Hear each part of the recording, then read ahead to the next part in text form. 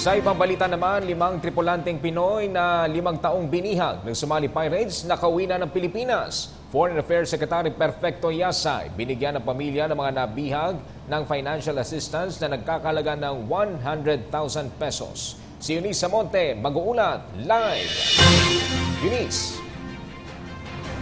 Ralph, naging madamdami ng tagpo kanina dito sa NAIA Terminal 3 matapos salubungin ng mga kamag-anak at kapamilya nila ang 5 Filipinong seafarers na nabihag ng mga Somali Pirates 4 na taon na ang nakakaraan. Kanina nga personal na ipinresenta ni Department of Foreign Affairs Secretary Perfecto Yasay ang mga 5 seafarers na kinabibilangan nina Arnel Balbero, Elmer Balbero, Antonio Libres Jr., Edwas Tiningal Jr. at Ferdinand Jacinto Dalit.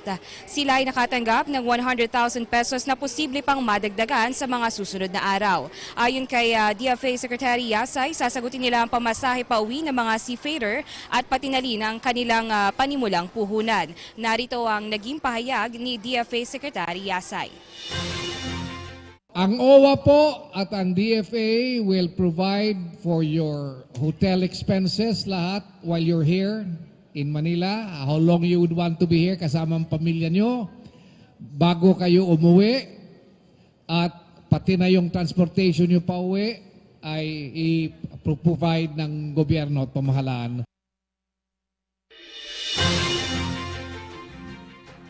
At karamihan sa kanila ay nagpapasalamat kay Pangulong Rodrigo Duterte. At nakausap natin isa kanina si Arnel Balbero na 6 na taon nang nawalay sa kanyang pamilya. Narito ang kanyang naging pahayag. Yung panregalo ng Panginoon sa atin. Maraming salamat sa inyong lahat.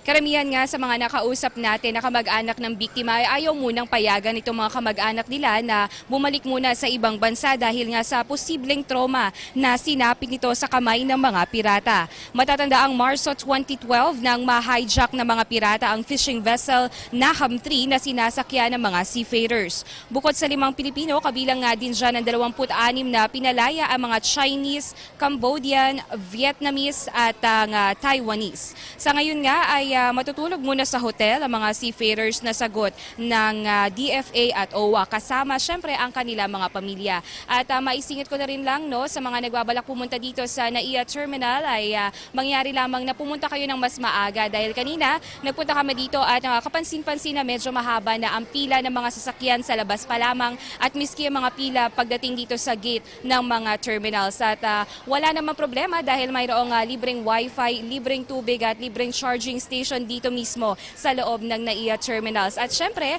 paalala lang ni NAIA General Manager Edmond Real, manatili lamang nagbabantay at ingatan na inyong mga gamit dahil mayroong mga kumakalat na salisigang at kinukuha yung mga maleta ng mga hindi nagmamatsyag sa kanila mga gamit. At yan muna ang pinakahuling balita mula dito sa NAIA Terminal 3 para sa PTV News. Eunice Samonte. Maraming salamat, Eunice Samonte, nag-uulat live mula sa NAIA.